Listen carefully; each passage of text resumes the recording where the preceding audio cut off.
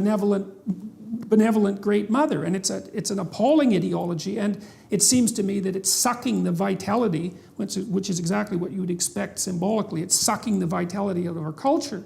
You see that with the increasing demolition of young men, and not only young men, in terms of their academic performance, which, like, they're falling way behind in elementary school, way behind in junior high, and bailing out of the universities like mad. And so, well, the public school education has become completely permeated by this kind of anti-male propaganda. I mean, to me, public schools are just a form of imprisonment, right now. They're particularly destructive to young men who have a lot of physical energy, okay?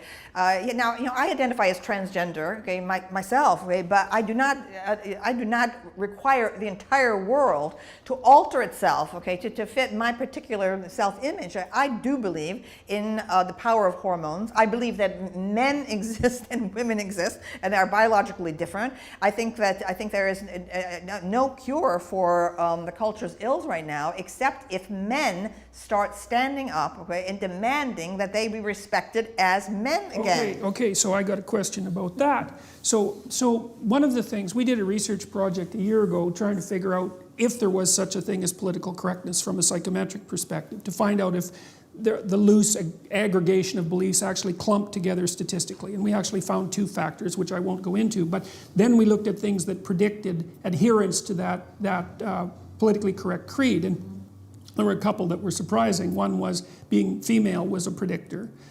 The personality attributes associated with femininity, so that would be agreeableness and higher levels of negative emotion, were also both independent predictors, but so were symptoms of personality disorder, which I thought was really important, because part of what I see happening is that, like, I think that women whose relationship with men has been seriously pathologized cannot distinguish between male authority and competence and male tyrannical power. Like, they fail to differentiate because all they see is the oppressive male. And they may have had experiences that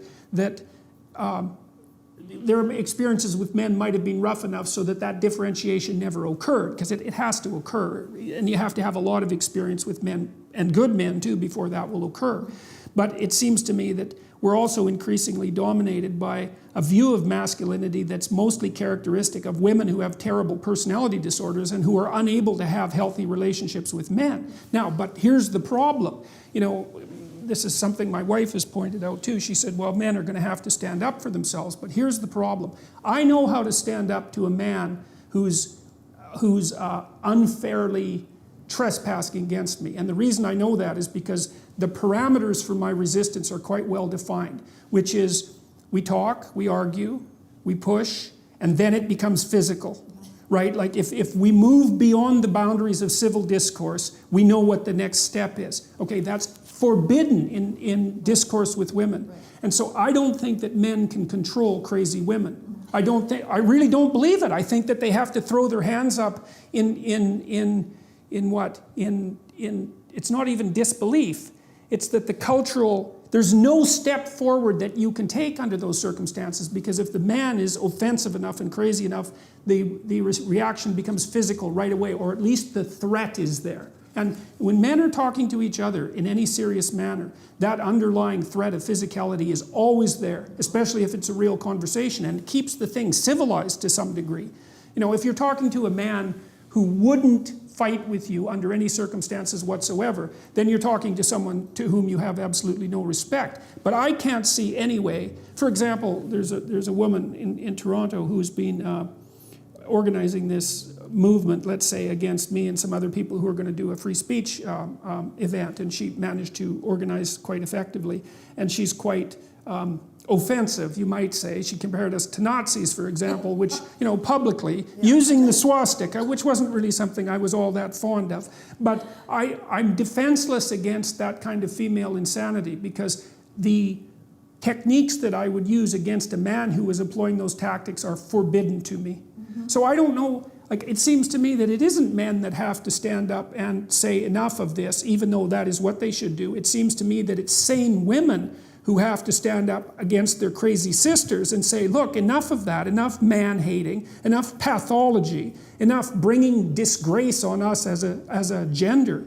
But the problem there, and then I'll stop my little tirade, is that most of the women I know who are sane are busy doing sane things, right? They're off, they have their career, they have their family, they're quite occupied, and they don't seem to have the time or maybe even the interest to go after their crazy harpy sisters. And so I don't see any regulating force for that terrible femininity. And it seems to me to be invading the culture and undermining the masculine power of the culture in a way that's, I think, fatal. I really do believe that. I too believe that this is symptomatic of the decline of Western culture, and it will just go down flat. I don't think people realize that the masculinity still exists, okay, in the world as a code among jihadists, okay, and when you have passionate masculinity, okay, circling the borders like the Huns and the Vandals during the Roman Empire, that's what I see. I see this culture rotting from within, okay, and disemboweling itself, literally. Now, I have an overview of why we're having these problems, right? And it comes from the fact that I'm the product of an immigrant family. All four of my grandparents and my mother were born in Italy. So I remember from my earliest years in this factory town in upstate New York, where my relatives came to work in the shoe factory. I can remember still, okay, the life of the agrarian era, okay, which was for most of human history, okay, the agrarian era, where there was the world of men and the world of women, and the sexes had very little to do with each other. Each had power and status in its own realm. Right? And they laughed at each other, in essence. Okay? Yeah. The women had enormous power. In fact, the old women ruled, not the young, beautiful women like today. Okay? But the older you were, the more you had control over everyone, including the mating and marriage. There were no doctors, so you had the old women were like midwives and knew all the ins and outs of this inherited knowledge about pregnancy and all these other things. Right? I can remember this and the joy that women had with each other all day long, okay, cooking with each other, companions to each other, talking, conversing. My mother remembered as a small child in Italy, when it was time to do the laundry, they would take the laundry up the hill to the fountain, Il Sorgo, okay, and do it by hand. They would sing, they would picnic, and so on, all right? And we get a glimpse of that in the Odyssey, when Odysseus is thrown up naked on the shores of Phaeacia, all right? And he hears the sound of women, young women laughing and singing, and it's Nausicaa, the princess, bringing the women to do the laundry. Okay, it's exactly the same thing, right? So there was each gender had its own hierarchy, its own values, its own way of talking, and the sexes rarely intersected. Like I can remember in childhood, on a holiday, typical, it could be a Christmas, it could be a Thanksgiving, whatever, the women would be cooking all day long, everyone would sit down to eat, okay, and then after that, okay, the women would retire en masse to the kitchen,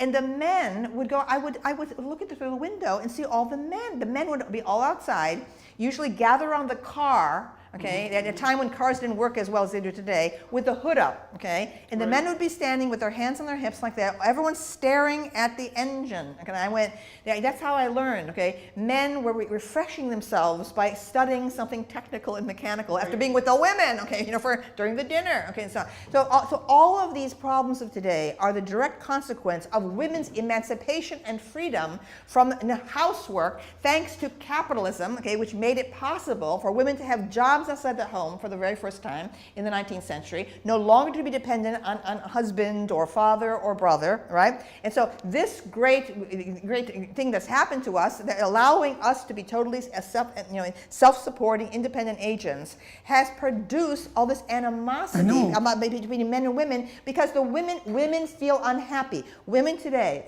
wherever I go, whether it's Italy or Brazil or England or America, okay, or Toronto, okay, the upper middle class professional women are unhappy, miserable. They don't know why they're unhappy. They want to blame it on men, okay? The men must change. Men must become more like women. No, that is the wrong way to go, okay? It's when men are men, okay, and understand themselves as men, are secure as men, then you're going to be happier. Yeah, well, there's nothing more dangerous than a weak man. Yeah, absolutely, okay, and especially all these quislings, okay, spouting feminist rhetoric. When I hear that, okay, it makes me sick. But here's the point. Men and women have never worked side by side, ever. Maybe on the farms, okay, when you were like, maybe one person's in the potato field, the other one's over here in the doing tomatoes or whatever, okay? You had families working side by side, exhausted with each other, no time to have any clash of this. It was a collaborative effort on farms and so on. Never in all of human history have men and women been working side by side.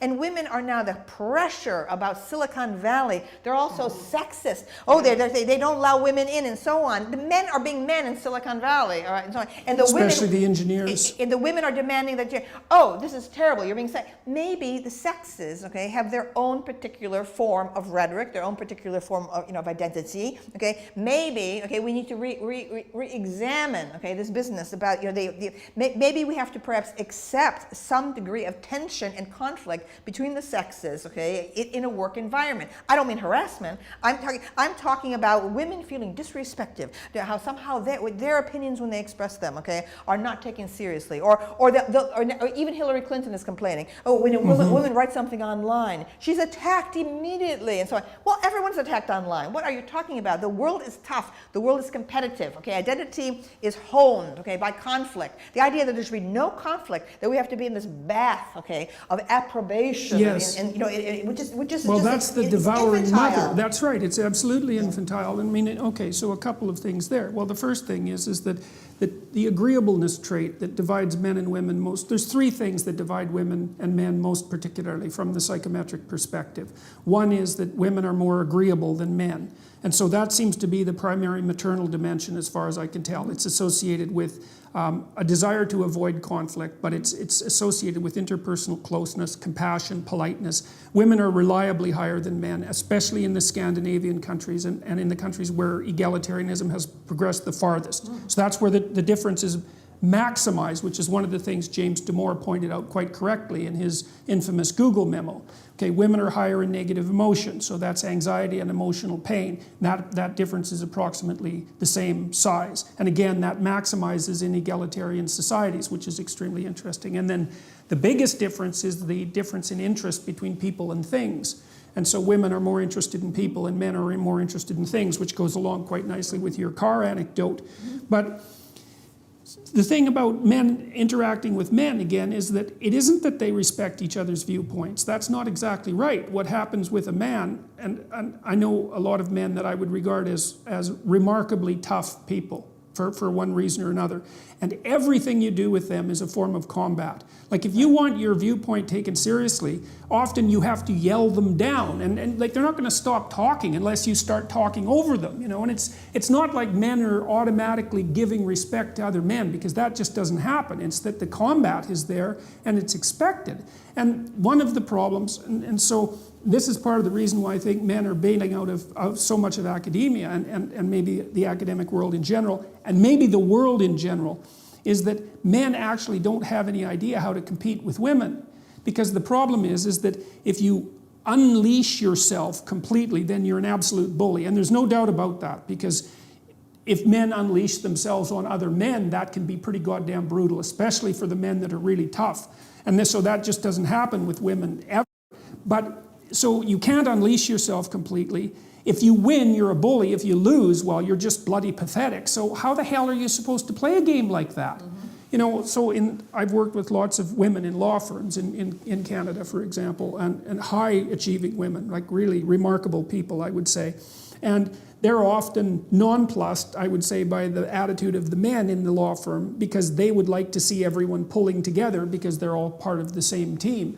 Whereas the men are like at each other's throats in a cooperative way, because they want the law firm to succeed, but they want to be the person who's at the top of the success hierarchy, right? So, and that doesn't jive well with the more competitive or cooperative ethos that's part and parcel of agreeableness. And so we don't really have any idea how to integrate male and female dominance hierarchies. And exactly.